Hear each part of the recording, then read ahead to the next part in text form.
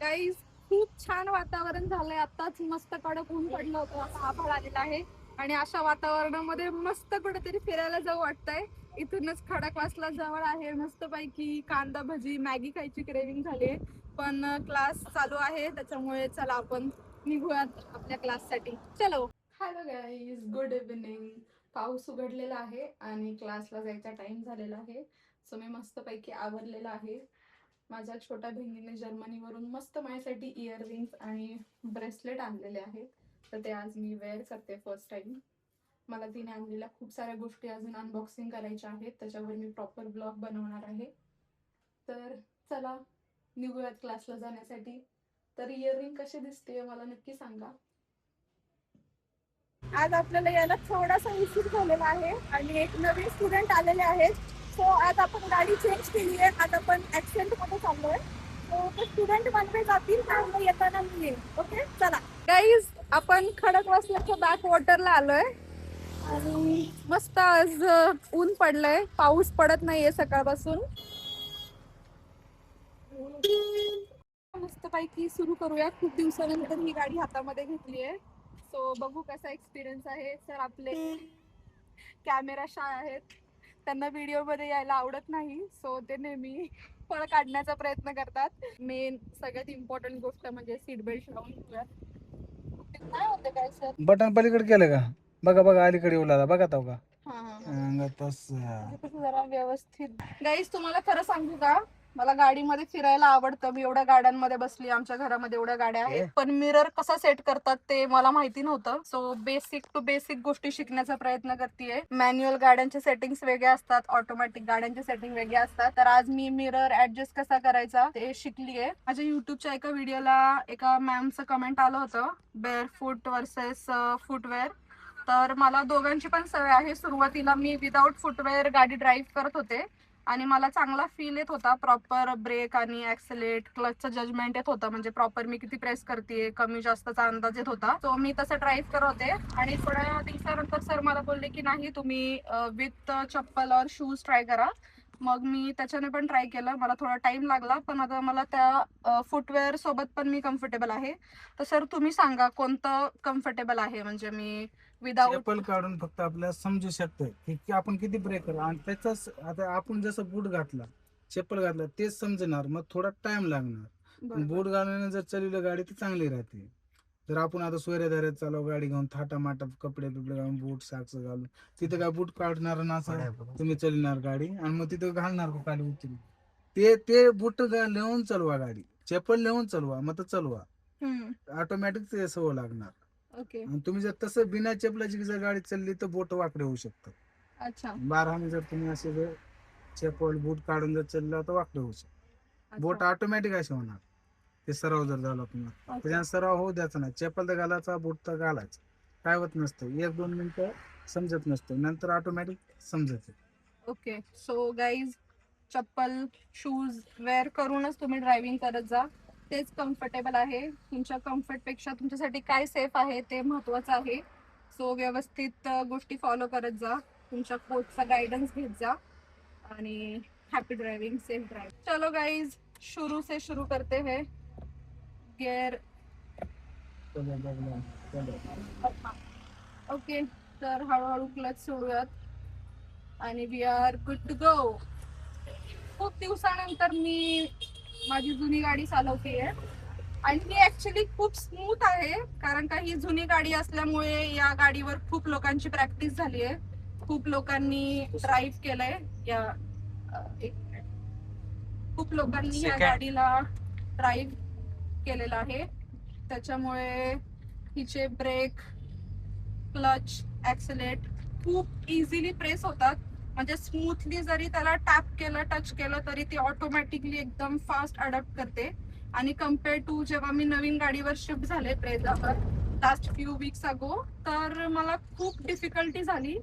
खूप एकदम नवीन गाडी असल्यामुळे इझिली प्रेस होत नव्हतं, मला खूप पॉवर द्यायला लागत होती. सो खूप दिवसानंतर ह्या गाडीवर परत येऊन खूप छान वाटतंय. मला ह्युंडाईच्या गाड्या पण आवडतात, आमच्या घरामध्ये पण ह्युंडाईची वेर्ना आहे, सो छान आहेत त्यांची कार्स. बापरे. थंडी वाजते तेच बरं असतं. मला गरमी अजिबात नाही आवडत. कसलं गरम होत आहे. आणि मी काच हे पण रेकॉर्ड झालंय का, सॉरी गाईज. कालपर्यंत धोधो पाऊस पडत होता, सकाळी पण पाऊस पडत होता, म्हणून आमचं बाहेर जाणं कॅन्सल झालं. आणि दुपारनंतर मस्त कडक ऊन पडलेलं आहे, तुम्ही बघू शकता. काल याच रूटला रस्ते तुंबलेले होते आणि आज मस्त सगळं कोरड पडली आहे आणि खूप गरम व्हायला लागलंय. आणि मला हे वातावरण अजिबात आवडत नाही. आणि प्रत्येक गाडीचा एक्सपिरियन्स हवा तुम्हाला. प्रत्येक गाडी तुम्हाला हाताळता आली पाहिजे. एकच गाडीची सवय असेल तर दुसऱ्या गाडीवर बसल्यावर थोडी डिफिकल्टी येते. सो बऱ्यापैकी मी 2-3 गाड्यांचा एक्सपिरियन्स घेतेय. आणि आपला जो हा रूट आहे, या रूट मध्ये सगळेच म्हणजे सगळ्या गोष्टी इन्क्लूड आहेत. लाईक स्ट्रेट रस्ता पण आहे, इथे ट्रॅफिक पण भरपूर असतो आणि चढ पण आहे, उतार पण आहे, गर्दी एरिया आहे, शाळा आहेत आजूबाजूला, मार्केट्स आहेत. त्याच्यामुळे एकाच वे मध्ये सगळ्या सगळे साईड्स आपण कव्हर करत आहे. आणि मला जो येतानाचा रूट आहे त्याच्यापेक्षा मला हा जातानाचा रूट जास्त आवडतो. मैडम मैं क्या बोल रहा था, आपके घर पे तो 2-3 गाड़ियां हैं, तो उधर क्यों नहीं सीख लेते? आपके घर वाले को तो आते होंगे ना चलाने को। राजा जी, मैं आपको बात बताती हूँ एक, मैं 5-6 साल से लॉकडाउन से हाँ। मेरे पापा को और मेरे भाई को बोल रही हूँ कि मुझे गाड़ी सिखाओ. वो बोल रहे हैं आज सिखाएंगे, कल सिखाएंगे, परसों सिखाएंगे. ऐसे करते करते मेरे 5-6 साल चले गए. हाँ। और कैसे रहता है, हम ऐसे हमारे पहचान वाले पर्सन से या मतलब ऐसे घर वाले किसी से गाड़ी सीखने को ट्राई करते हैं ना, हाँ। तो वो हमको मतलब नहीं क्या एकदम ऐसे प्रेशर में डाल देते हैं कि ये नहीं जम रहा है, वो नहीं जम रहा है, ऐसे नहीं जम रहा है, ऐसे करो नहीं क्या. बहुत ऐसे डांट सुननी पड़ती है और फिर हम घबरा जाते हैं नहीं क्या, ऐसे नर्वस हो जाते हैं. तो उसके वजह से कैसे रहता है, ये जो ड्राइविंग कोच सर रहते हैं वो कैसे step by step basic to mid advance ऐसे सिखाते हैं. और ऐसे गलती भी होती है तो और ऐसे कुछ बोलते नहीं है हमको नहीं क्या. वो normally- एक वो फियर नहीं रहता है माइंड में कि नहीं क्या गलती करेंगे तो भी कैसे रहता है, उनके पास कंट्रोल रहता है. हमारे घर वाली गाड़ी जो रहती है उसमें कैसे रहता है, कंट्रोल वगैरह नहीं रहता. तो हमारे मतलब मिस्टेक्स होने के चांसेस बहुत ज्यादा होते हैं उसमें. इसमें कैसे रहता है, कभी कभी मैं गलती करती हूँ, कभी कभी ऐसे लगता है गलती कर रही हूँ लेकिन अच्छे से चला रही होती हूँ मैं. तो ये ज्यादा अच्छा है. तो मतलब जो भी मेरे व्यूअर्स है और किसी को भी मतलब गाड़ी चलाना सीखना है तो वो अपने फैमिली मेंबर से ना सीखे, ऐसे ही कोचिंग वगैरह लगाए और सीखे. मतलब पेरेंट्स सिखाते हैं वो भी अच्छा रहता है, लेकिन फिर भी ये मेरा एक्सपिरियन्स आहे. गाईज, मला खूप लोकांनी ऍक्च्युली हा क्वेश्चन विचारला की म्हणजे वडील भाऊ यांच्याकडून किंवा तू प्रशांतकडून का गाडी शिकत नाहीये, तू का क्लासेस लावलेले आहेत. तर आता तुम्हाला मी काय सांगू याच्या मागची स्टोरी. आता परत मराठीमध्ये मी नाही रिपीट करू शकत, तुम्ही हिंदीमध्येच ऐका. जेव्हा आपल्या घरातले लोक, आपल्यापेक्षा मोठे लोक, आपले पॅरेंट्स आपल्याला एखादी गोष्ट शिकवतात त्यावेळेस आपण खूप नर्वस होतो, घाबरतो की आपलं चुकल्यानंतर काय होईल, चुकून फटका तर नाही बसणार ना पप्पांचा, किंवा त्यांची एक्सपेक्टेशन असणार की त्यांनी मला एखादी गोष्ट शिकवली तर ती मला 1 टेक मध्येच मला ती यायला पाहिजे. तर कधी कधी ह्या गोष्टी पॉसिबल नसतात आणि मी माझ्या पप्पांना घाबरते. त्याच्यामुळे मी असा डिसिजन घेतला की नको, पप्पांकडून गाडी नको शिकायला, मी शिकेल. पुण्यामध्ये गेल्यानंतर मस्त जेव्हा फ्री टाइम असेल तेव्हा ड्रायव्हिंगचे क्लासेस लावेन. आणि अननोन पर्सन असेल किंवा टीचर्स, कसं असतं त्यांना सवय असते, स्टुडंटचं चुकलं तरी ते 1दा 2दा 3दा 4दा बऱ्यापैकी ते शिकवतात. आणि कसा भरपूर एक्सपिरियन्स असतो. आणि आता आपले जे कोच सर आहेत त्यांना पण बऱ्यापैकी भरपूर 20-25 वर्षांचा एक्सपिरियन्स आहे. त्यांनी खूप स्टुडंट्सला ट्रेन केलेलं आहे. आणि मला पण आधी खूप भीती वाटली होती. मला थोडं ऑटोमॅटिक गाडी चालवायला येते, पण ऑटोमॅटिक गाडी चालवणं म्हणजे काय खूप मोठा रॉकेट सायन्स नाहीये. ऑटोमॅटिक गाडी कोणही चालू शकतं. पण मला काहीतरी थ्रिल करायचं होतं म्हणून म्हटलं चला मॅन्युअल कार शिकूयात. आणि जे मी इमॅजिन केलेलं, मला असं वाटलं होतं की मला खूप टाइम लागेल, मला येईल का, काही चुकीचं तर नाही होणार माझ्याकडून, मी कोणाला ठोकणार तर नाही ना, माझ्या हातामध्ये गाडी कंट्रोल होईल का, खूप सारे क्वेश्चन्स माझ्या मनामध्ये आले होते. पण लिटरली सरांनी मला 1-2 दिवसामध्येच कम्फर्टेबल केलं. माझ्या मनातली भीती बऱ्यापैकी 1 आठवड्यामध्येच गेली होती. 4थ्या का 5व्या दिवशी बऱ्यापैकी मी काही गोष्टी शिकले होते. आणि आता माझा 2nd वीक चालू आहे आणि मी खूप छान गाडी चालवतीये. आणि मला खूप कॉन्फिडंट फील होत आहे आणि असं छान चालली आहे माझी जर्नी. माझं 30 डेज चॅलेंज पण सुरू आहे. मी युट्यूबला इन्स्टाला बऱ्यापैकी सगळ्या गोष्टी पोस्ट करण्याचा प्रयत्न करते, पण टायमिंगमुळे काही गोष्टी होत नाहीयेत. लॉंग व्हिडिओज बनवते. तुम्हाला कसं वाटतात माझे व्हिडिओ बघून मला नक्की सांगा. तर आता बऱ्यापैकी मला क्लच, ब्रेक, ऍक्सिलेटर ह्या गोष्टींचा अंदाज आलेला आहे. स्टेअरिंग माझी एकदम हातामध्ये बसलीये, व्यवस्थित गाडी चालवतीये. मग हे आपलं रुटीन असं चालू राहणार आहे का प्रॅक्टिसचं, का कसं काय असणार आहे? तुमचं ट्रॅफिक मधला टाइम अलग राहतोय. हम्म, आता आपण आता शनिवार पासून रूट चेंज होणार आहे आपले. ओके. म्हणजे ट्रॅफिक 9चा टाइम येईल. अरे बंद झाले. 9चा टाइम येतोय फुल ट्रॅफिक मध्ये. फर्स्ट गियर घ्या. मागे ट्रॅफिक तेवढी म्हणजे आपण ट्रॅफिक मध्ये आलं गाडी चढतो स्लो मध्ये, कलस ब्रेकवर राहते गाडी, तिथं दुसरा पहिला गिअरवर चढते. हम्म, कलस ब्रेक फक्त रेसची गरजच नाही, बिना रेसची गाडी चढते. ते राहिले तुमचं. हम्म. तर तुम्ही एवढ्यामध्ये तुम्हाला गाडी चांगली यायली आहे.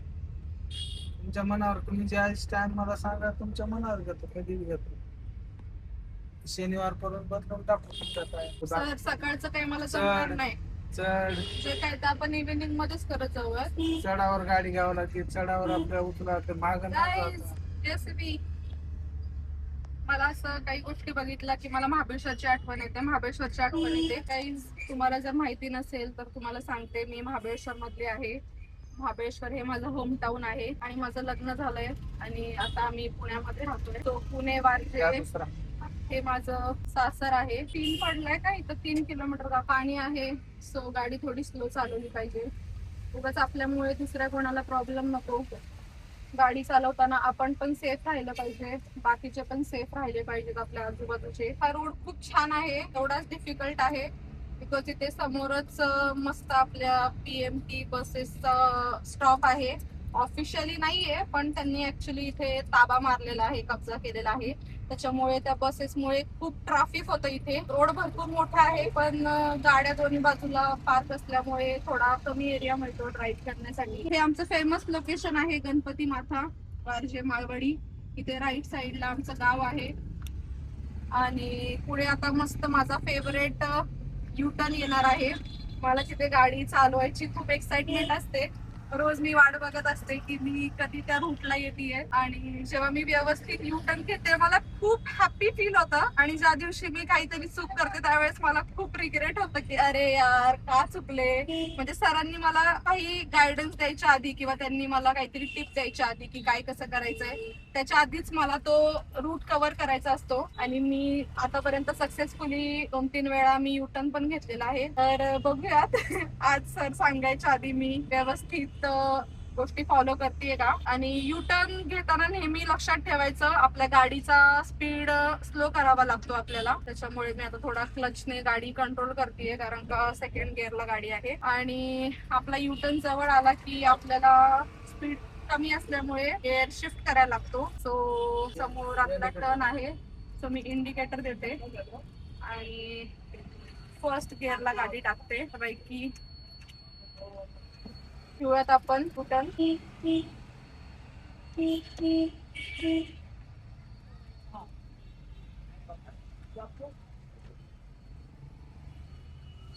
युहू डन. सर बोलतात की फर्स्ट गिअरला आल्यानंतर गाडी थोडी मोसम मध्ये घ्यायची. सो 20-30च्या स्पीडला आपण आलेलो आहे.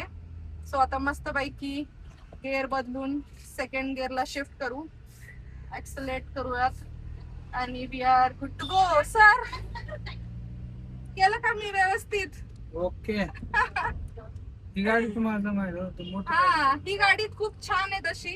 इकडे मला सीडन गाड्या आवडतात. माझ्या घरामध्ये सीडन गाड्या पण आहेत, SUV गाडी पण आहे. सो मला दोन्ही गाड्या व्यवस्थित घ्यायच्या आहेत. Done for the day. मस्त राईड झालेली आहे आणि अटेंडन्स करण्यासाठी आता आपण ब्रेझामध्ये चाललोय कारण का माझी अटेंडन्स शीट ब्रेझामध्ये आहे. तर चलो सायनिंग ऑफ. भेटूयात नेक्स्ट ब्लॉग मध्ये. Bye bye, take care, see you.